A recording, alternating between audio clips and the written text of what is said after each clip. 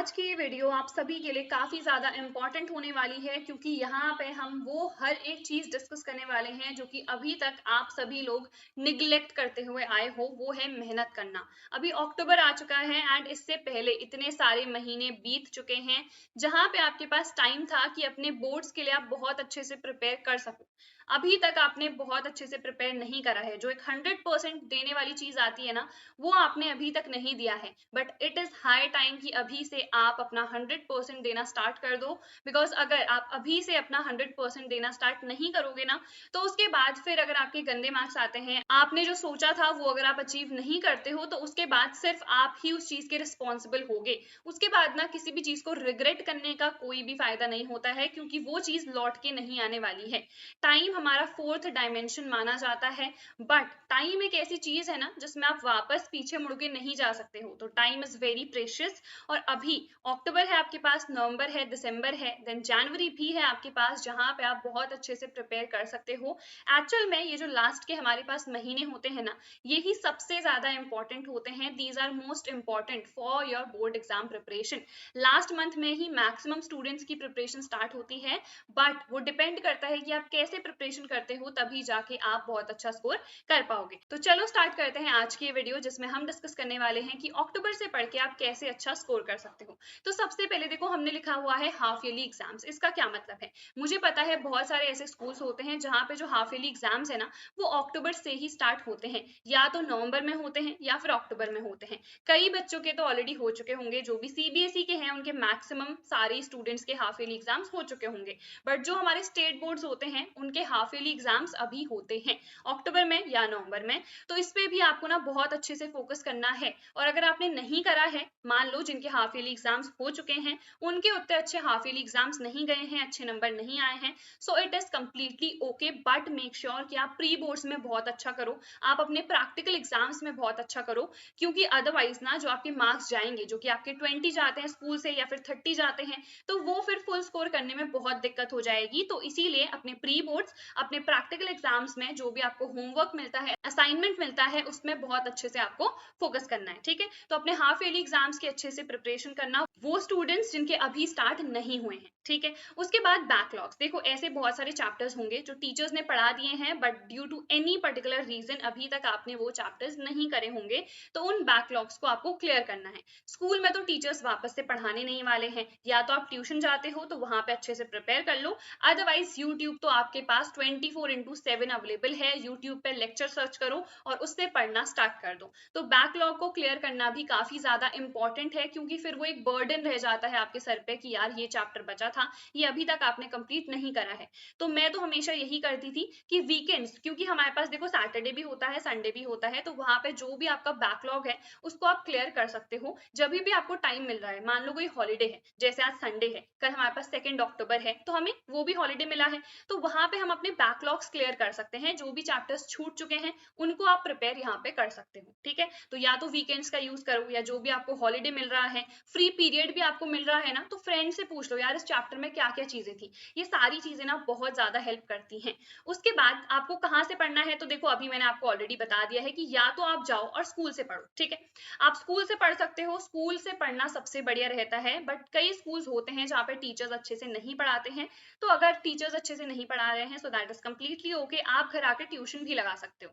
कई बच्चों का ट्यूशन लगाने का ये मेन रीजन होता है कि उनसे ना डिसिप्लिन स्टडी नहीं हो पाती है। तो डिसिप्लिन होने के लिए उनको पहले ऑफलाइन जाके पढ़ना ही पड़ता है, so that is also okay. But अगर आप लॉन्ग रन में पूछो ना क्या चीज आपको हेल्प करेगी, दैट विल बी यूट्यूब। क्योंकि यहाँ पे आपको तैयार होने की जरूरत नहीं है, फ्रेंड से गॉसिप्स नहीं होगी, वॉकिंग डिस्टेंस जितना भी है उसमें टाइम वेस्ट नहीं होगा, तो यहाँ पे फोकस स्टडी हो सकती है। बट ये चीज यहाँ पे जो सेल्फ डिसिप्लिन की रिक्वायरमेंट है, ये तभी आएगी जब आप एक बार अंदर से डिसिप्लिन हो जाओगे, जिसके लिए आप 1-2 बार ट्यूशन जा सकते हो। ठीक है, जैसे मान लो 1 महीने के लिए ट्यूशन लगा लिया, उसके बाद आप फुल डिसिप्लिन हो चुके हो, अब आप यूट्यूब से पढ़ना स्टार्ट कर दो। जितने लेक्चर्स हैं मैंने आपके लिए सारे डाल रखे हैं, फिजिक्स के लिए, केमिस्ट्री के लिए, मैथ्स के लिए। नोट्स आपको चाहिए हैं हैंड रिटन, वो आपको यूट्यूब पे ही फ्री ऑफ कॉस्ट मैंने सारी चीजें प्रोवाइड करी हैं, जिनकी लिंक आपको डिस्क्रिप्शन में मिल जाएगी। टेलीग्राम भी ज्वाइन कर लेना, यहाँ पे जो भी पीवाईक्यूज पीडीएफ वगैरह होती है मैं सब प्रोवाइड कर देती हूँ। ठीक है, तो जितनी भी फ्री चीजें मैंने मैंने आपको प्रोवाइड करी हैं उनका आप पूरा यूज करना, पूरा उनको यूटिलाइज करना, क्योंकि PYQs आपको मिल रहे हैं, आपको खरीदने की जरूरत नहीं है। सैम्पल क्वेश्चन पेपर्स, बहुत सारी चीजें ना मैंने आपको प्रोवाइड करी हुई हैं, सो टेलीग्राम पे जाके उनको आप डाउनलोड कर सकते हो। ऑल्सो लेक्चर्स के अलावा मैंने आपके लिए एक्सपेक्टेड क्वेश्चंस जो कि प्रीवियस ईयर क्वेश्चन पेपर से ही मैंने लिए हैं, उनकी सीरीज भी बहुत सारी चैनल पे स्टार्टेड है ऑलरेडी, और बहुत सारी स्टार्ट होने भी वाली हैं। आपके लिए न्यू एजुकेटर्स आने वाले हैं जो कि नई नई सीरीज आपके लिए लाएंगे। So just be ready, be prepared कि आपको अब बहुत अच्छे से बोर्ड्स के लिए पढ़ना है, ठीक है। चलो उसके बाद हम डिस्कस करते हैं कि बुक्स हमें कौन सी प्रेफर करनी है। तो NCERT तो मोस्ट इंपॉर्टेंट है सारे सब्जेक्ट्स के लिए, चाहे आप फिजिक्स के लिए पूछो, केमिस्ट्री के लिए पूछो, मैथ्स के लिए पूछो, NCERT मोस्ट इंपॉर्टेंट तो है ही, बट इनफ नहीं है, क्योंकि जो आपके सैम्पल क्वेश्चन पेपर्स में क्वेश्चंस आने वाले हैं ना, जैसे कि हमारे पास है केस बेस्ड क्वेश्चंस, MCQs हैं, असर्शन रीजन, वो हमको NCERT में नहीं मिलते हैं किसी भी बुक में, जिसके लिए हम क्वेश्चन बैंक को प्रेफर कर सकते हैं, क्योंकि क्वेश्चन बैंक में सारे क्वेश्चंस हमें मिल जाते हैं। प्रीवियस ईयर क्वेश्चन पेपर्स भी इंपॉर्टेंट है, क्योंकि यहाँ से जो भी मोस्ट इंपॉर्टेंट चीजें हैं, जहां से मैक्सिमम क्वेश्चंस पूछे जाते हैं, वो हमें प्रीवियस ईयर क्वेश्चन पेपर्स से पता चल जाते हैं। सैम्पल क्वेश्चन पेपर्स क्यों इंपॉर्टेंट है, क्योंकि अगेन यहाँ पे आपको केस बेस्ड क्वेश्चंस मिलेंगे, आपको लेटेस्ट पैटर्न के हिसाब से ही क्वेश्चंस मिलेंगे, और थोड़ा सा इनका जो डिफिकल्टी लेवल होता है ना, थोड़ा सा हाई रहता है, ताकि आप अच्छे से सारे ही क्वेश्चंस को प्रिपेयर कर सको, सारे टॉपिक्स को प्रिपेयर कर सको। अगर आप डिफिकल्ट लेवल का प्रिपेयर कर लोगे तो जो मीडियम लेवल आपका बोर्ड में आएगा उसको तो आप इजीली कर लोगे, राइट। तो इसीलिए सैम्पल क्वेश्चन पेपर्स को भी आपको प्रैक्टिस करना ही है। अब बहुत बच्चे पूछ रहे थे कि सैम्पल क्वेश्चन पेपर्स रिलीज कब होने वाले हैं, तो हो चुके हैं। एंड कौन सी बुक को हम प्रेफर करें, तो आप ओसवाल गुरुकुल की ये वाली बुक को प्रेफर कर सकते हो, जो कि लेटेस्ट इनकी अभी लॉन्च हुई है फॉर 2024 बोर्ड एग्जाम्स। तो PCM के लिए भी अवेलेबल है, PCB के लिए भी अवेलेबल है, क्लास 12 के लिए आप इसको परचेस कर सकते हो, क्लास 10th के स्टूडेंट्स के लिए भी ये बुक अवेलेबल है, ठीक है। तो यहाँ पे देखो क्लास 12th PCM की अगर हम बात करें, इसमें आपको सारे सैम्पल पेपर्स मिलेंगे, सिर्फ PCM नहीं है, देखो यहाँ पे फिजिक्स है, केमिस्ट्री है, मैथ्स है, इसके साथ साथ आपको इंग्लिश के भी सैम्पल पेपर्स मिल रहे हैं, फिजिकल एजुकेशन के, कंप्यूटर साइंस के। तो अलग अलग जाके आपको बुक्स परचेस करने की जरूरत नहीं है, एक बुक आप ले सकते हो, सारे सैम्पल पेपर्स आपको यहाँ पे मिल जाएंगे। देन जितने भी सब्जेक्ट्स हैं उन सब के आपको ब्लूप्रिंट भी देखने को मिल जाएंगे सैम्पल क्वेश्चन पेपर्स के। सारे यहाँ पे पेपर्स जो है सॉल्व है, जो आपका लेटेस्ट रिलीज करा है ना CBSE ने, उसका भी यहाँ पे पूरा सॉल्व पेपर आपको मिल जाएगा, और एक पेपर आपको मिलेगा अनसॉल्व, और इसको भी सबसे पहले तो आप खुद से सॉल्व करो, और उसके बाद यहाँ पे QR कोड है, इसको आप सिंपली स्कैन कर सकते हो, और यहाँ पे आपको इसके सोल्यूशंस भी मिल जाएंगे, ठीक है। तो ये जो बुक है आप अपने लिए परचेस कर सकते हो, इसकी जो बाय लिंक है मैं डिस्क्रिप्शन में प्रोवाइड कर दूंगी, सो इसको जाओ और अपने लिए परचेस करो। PCM एंड PCB दोनों के लिए ही ये अवेलेबल है, ठीक है। तो चलो उसके बाद नेक्स्ट हम आ जाते हैं डेली शेड्यूल पे, जो कि सबसे ज्यादा इंपॉर्टेंट होता है।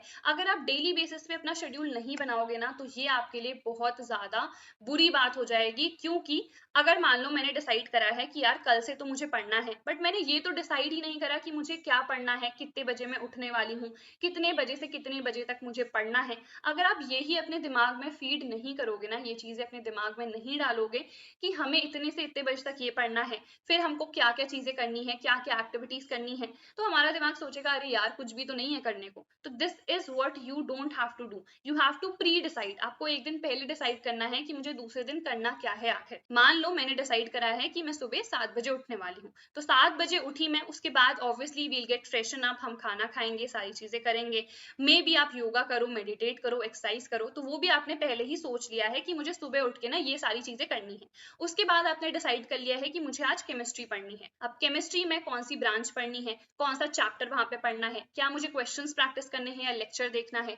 ये चीजें ना पहले से ही एक दिन पहले आप अपने दिमाग में सोच के रखो कि मुझे ये सारी चीजें करनी है। डेली बेसिस पे आपको शेड्यूल बनाना है, अपनी टू डू लिस्ट बनानी है कि आपको डेली बेसिस पे क्या क्या काम करने हैं। ऑल्सो अपना ना वीकली प्लानर बना सकते हो, जिसमें आप लिख सकते हो कि पूरे वीक का टारगेट क्या है। एक तो एक दिन का टारगेट होगा कि दूसरे दिन मुझे ये करना है, और जैसे आज हमारे पास संडे है, तो दूसरे दिन से मंडे से आपको क्या सारी चीजें करनी है वो पहले से ही डिसाइड करो कि पूरे हफ्ते का मेरा टारगेट क्या है। कई बार होता है कि किसी दिन हम ना अच्छे से चीजें कर ही नहीं पाते हैं due to any particular reason, तो वो चीज फिर नेक्स्ट डे ट्रांसफर हो जाएगी, but we have to make sure कि उस वीक के टाइमलाइन पे हम वो सारी चीजें कंप्लीट कर लें, ठीक है।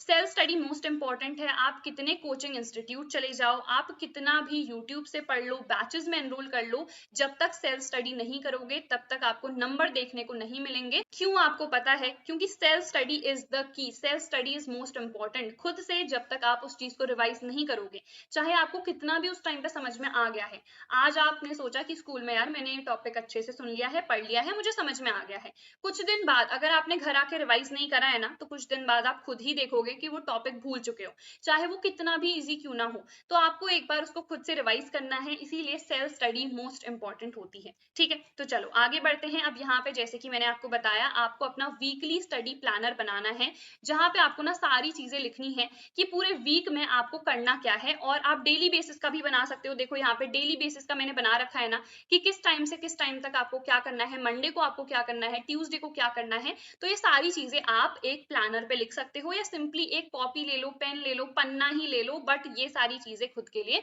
बनाओ। चलो आगे बढ़ते हैं, आगे देखते हैं कि और हमें क्या क्या चीजें फॉलो करनी है। तो सबसे पहले हमें ना 2 सब्जेक्ट एक दिन के लेने स्टार्ट कर देने हैं, क्योंकि बहुत सारे ऐसे बच्चे हैं जिन्होंने अभी तक कुछ भी नहीं पढ़ा है।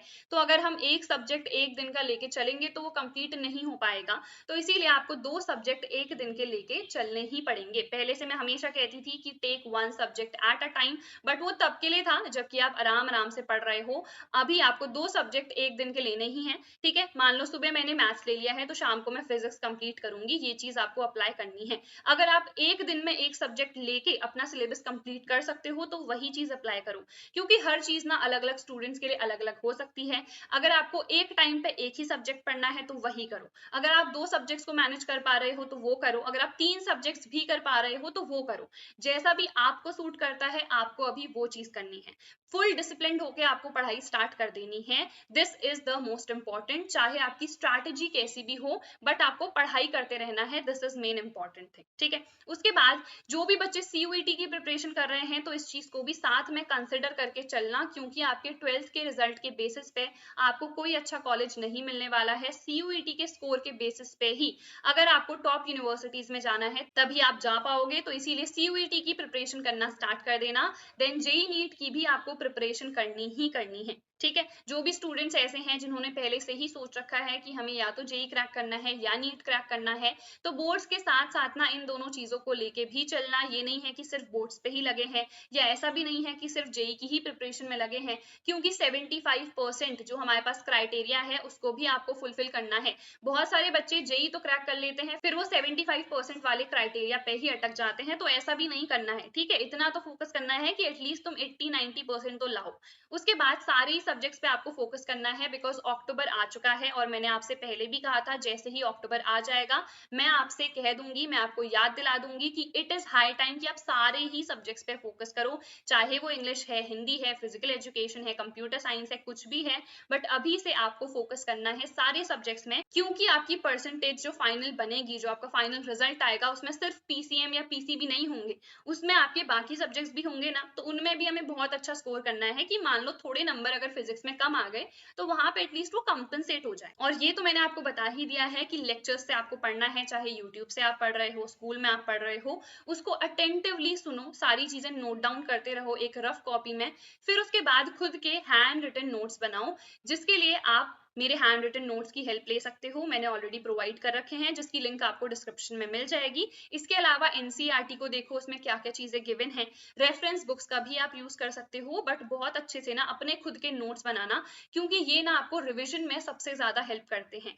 रिविजन में जब तक हम खुद से नहीं लिखते हैं ना, तो हमें याद ही नहीं रहेगा कि हमने एक्चुअल में पढ़ा क्या हुआ था। क्योंकि मान लो आपने पढ़ा तो कुछ और था, बट अब नोट्स में कुछ और वे में लिखा हुआ है, कुछ और लैंग्वेज में लिखा हुआ है, तो ऑब्वियसली आपको वो चीज क्लिक नहीं करेगी, माइंड में वो चीज क्लिक ही नहीं करेगी, तो आप कैसे ही उसको याद करोगे, राइट। तो इसीलिए आपको खुद के हैंड रिटन नोट्स बनाने हैं। उसके बाद एक चीज जो मैं आपसे एक्चुअल में पूछना चाहती हूँ, और इसका आंसर मुझे कमेंट सेक्शन में चाहिए, where are you guys wasting your time? Because हम सब ही कहीं ना कहीं टाइम वेस्ट डेफिनेटली कर रहे हैं। 24 आवर्स जो हमें मिलते हैं, उनको हम सभी में से बहुत रेयर लोग होंगे जो कि एक्चुअल में यूटिलाइज करते हैं, वरना कई बार हमको लगता ही है कि हम कहीं ना कहीं तो अपना टाइम वेस्ट कर ही रहे हैं। तो आप कहाँ पे अपना टाइम वेस्ट कर रहे हो? आप इंस्टाग्राम पे कर रहे हो, व्हाट्सएप पे कर रहे हो, गेम्स खेलने में कर रहे हो, फ्रेंड्स के साथ टाइम स्पेंड करने में कर रहे हो, कहाँ कर रहे हो एग्जैक्टली? मे बी आप ज्यादा सो रहे हो तो वहां पे आपको लग रहा है कि टाइम वेस्ट हो रहा है। जहां पे भी टाइम वेस्ट कर रहे हो कमेंट सेक्शन में मेंशन करो, और इस चीज को ध्यान दो कि अगर मैं आपसे पूछ रही हूँ और आपने मेंशन करा है तो आप एक्चुअल में वहां पे टाइम वेस्ट कर रहे हो, और इस चीज को आपको अवॉइड करना है। और कैसे अवॉइड करना है ना, ये आपको सोचना है, कैसे हम ये अपनी जो टाइम वेस्टेज है इस चीज को अवॉइड करें, कैसे हम प्रोडक्टिव बन सकते हैं, इस चीज पे आपको सोचना इज वेरी वेरी इंपॉर्टेंट। क्योंकि अक्टूबर आ चुका है, नवंबर भी ऐसे ही चले जाएगा, दिसंबर भी ऐसे चले जाएगा, आप प्रिपरेशन करोगे ही नहीं किसी चीज की। बोर्ड्स तो बहुत ही हल्की चीज होती हैं, उसके अलावा तो आगे बहुत सारी चीजें हमको करनी है, राइट? सीयूईटी की आपको प्रिपरेशन करनी होगी, जेई की करनी होगी, नीट की करनी होगी। इसके अलावा मे बी लाइफ में आपके और भी बहुत सारे गोल्स हो जो आपको अचीव करने हैं। तो अगर आप प्रोडक्टिव नहीं होगे ना तो वो चीजें भी आप अचीव नहीं कर पाओगे। इसीलिए अभी से पूछना स्टार्ट कर दो कि कहाँ आप टाइम वेस्ट कर रहे हो और कैसे आप इस चीज को अवॉइड कर सकते हो। ठीक है, चलो आगे बढ़ते हैं। अब वीकेंड्स पे हमेशा आपको रिवाइज करना है। एक तो या तो आप अपने बैकलॉग्स को क्लियर कर सकते हो, या अगर आपने चीजें ऑलरेडी पढ़ ली हैं तो उनको रिवाइज करो जब भी टाइम मिल रहा है, चाहे कोई फ्री पीरियड है, चाहे वीकेंड्स है, हॉलीडेज है, चीजों को रिवाइज करो। क्योंकि एक बार पढ़ के नहीं होता है, एक बार आपने एक चीज पढ़ भी ली है, उसको रिवाइज नहीं करोगे ना तो आप लॉन्ग रन में भूल जाओगे। जब तक बोर्ड्स आएंगे ना आपको याद ही नहीं होगा कि यार ये टॉपिक में था क्या आखिरकार। इसीलिए आपको रिविजन डेफिनेटली करते रहना है ऑन अ डेली बेसिस। जो सिंपल सिंपल सी चीजें हैं उनको तो डेली बेसिस पे रिवाइज करो। अगर पूरा चैप्टर रिवाइज करना है, या मान लो आप पूरे फिजिक्स ही रिवाइज कर रहे हो, तो वो तो आप वीकेंड्स में ही करा करो। ठीक है, उसके बाद फॉर्मूलाज को तो डेली ही रिवाइज करो, क्योंकि फॉर्मूलाज तो बहुत सिंपल है, बट अगेन लास्ट में ना जब एग्जाम आता है तो हम कई बार फॉर्मूला ही भूल जाते हैं। क्वेश्चन करना तो आता है बट यार सोचते रह जाते हैं फॉर्मूला क्या था आखिर। तो इसीलिए फॉर्मूला को भी आपको डेली बेसिस पे रिवाइज करना है, चाहे वो मैथ्स के हो, फिजिक्स के हो, केमिस्ट्री के हो, कहीं के भी हो, बट फॉर्मूलाज रिवाइज डेफिनेटली करने हैं। उसके बाद मैथ्स में तो देखो डेली प्रैक्टिस की रिक्वायरमेंट है ही। मैथ्स एक ऐसा सब्जेक्ट है जहाँ पे आपको प्रैक्टिस की रिक्वायरमेंट होगी ही होगी। आप कुछ चीजें पढ़ के वहां पे पास नहीं हो सकते हो। उसके बाद बायो में देखो डायग्राम्स काफी इंपॉर्टेंट होते हैं। मुझे तो डायग्राम्स बिल्कुल पसंद नहीं थे, बट अगर आपने बायो ले रखी है तो डायग्राम्स आपको बहुत अच्छे से प्रिपेयर करने हैं। अब बायो के बाद हम बात करते हैं केमिस्ट्री की। तो केमिस्ट्री में जितनी रिएक्शंस हैं, चाहे वो नेम रिएक्शंस हो, ऑर्गेनिक केमिस्ट्री में मैक्सिमम रिएक्शंस हैं, सारी रिएक्शंस आपको लर्न होनी चाहिए। न्यूमेरिकल्स की आपको प्रैक्टिस करनी है। हमारे लॉग वाले क्वेश्चंस होते हैं इलेक्ट्रोकेमिस्ट्री वाले चैप्टर में, उनको प्रिपेयर करना है। केमिकल काइनेटिक्स में है, सॉल्यूशंस में है, तो वहां पे आपको न्यूमेरिकल्स की भी प्रैक्टिस करनी है। ऐसा नहीं कि भैया न्यूमेरिकल्स ही छोड़ दिए, ऐसा भी हो जाता है कि एक चैप्टर से सिर्फ न्यूमेरिकल ही आ रहा है, तो आपने तो पूरी थ्योरी के पीछे अपना दिमाग लगा दिया था, न्यूमेरिकल करे नहीं और वहां आ गया न्यूमेरिकल। तो न्यूमेरिकल भी प्रैक्टिस करने हैं। फिजिक्स में कॉन्सेप्चुअल क्वेश्चंस मैक्सिमम आएंगे, ये चीज नोट कर लो, मैंने पहले भी बता दी है। 2024 बोर्ड्स का जो फिजिक्स का पेपर होगा बहुत ही ईजी नहीं होने वाला है, कॉन्सेप्चुअल क्वेश्चंस वहां पे ज्यादा होंगे, तो अच्छे से प्रिपेयर करना। न्यूमेरिकल्स अगेन न्यूमेरिकल्स की भी वेटेज काफी ज्यादा है, न्यूमेरिकल्स काफी सारे आ रहे हैं, कॉन्सेप्चुअल क्वेश्चंस आ रहे हैं, जो डेरिवेशंस वगैरह हैं उनकी वेटेज काफी कम हो चुकी है। तो इन चीजों पे ही आपको सबसे ज्यादा फोकस करना है। ठीक है, इंग्लिश की अगर हम बात करें तो डेली बेसिस पे रीडिंग करते रहो, जब भी टाइम मिल रहा है, सिर्फ 15 मिनट भी मिल रहे हैं तो 15 मिनट निकालो और रीडिंग करने लग जाओ। इसके अलावा वोकैबुलरी पे भी फोकस करो, न्यू न्यू वर्ड्स आप सीखो। ये चीजें ना आपको लॉन्ग रन में हेल्प डेफिनेटली करेगी ही करेगी। इसको सिर्फ एक सब्जेक्ट की तरह बिल्कुल मत लेना, इंग्लिश इज वेरी इंपॉर्टेंट। बहुत सारे ऐसे स्टूडेंट्स होते हैं जिनको फिर आगे चल के पीसीएम से कोई मतलब नहीं होगा, बट इंग्लिश एक ऐसा सब्जेक्ट है जो हमारे साथ हमेशा ही रहने वाला है, because that is a language. English हो, हिंदी हो, ये हमारी लैंग्वेजेस हैं जिनका यूज हमें डेली बेसिस पे करना ही है। आप किसी मीटिंग में जाते हो लेट्स सपोज, तो वहां पे इंग्लिश की रिक्वायरमेंट होती है, तो आपको अपने प्रोनाउंसिएशन पे भी फोकस करना है, वोकैबुलरी पे फोकस करना है, कम्युनिकेशन स्किल्स पे फोकस करना है। क्योंकि life is not just about exams, it is more about your communication skills, the way you are presenting yourself. तो इन चीजों पे भी आपको फोकस करना है। ठीक है, तो बहुत लंबी हो गई है ये वीडियो, बट यहाँ पे हर एक चीज डिटेल में बतानी काफी ज्यादा इंपॉर्टेंट थी। आई होप ये वीडियो आपको पसंद आई होगी। डेफिनेटली इस वीडियो को ज्यादा से ज्यादा अपने फ्रेंड्स के साथ शेयर करना। So that is it for this video. I hope this video helped you. Do not forget to like, share and subscribe to my channel, and I'll see you guys in the next video. Till then, bye everyone, take care and all the very best to each one of you.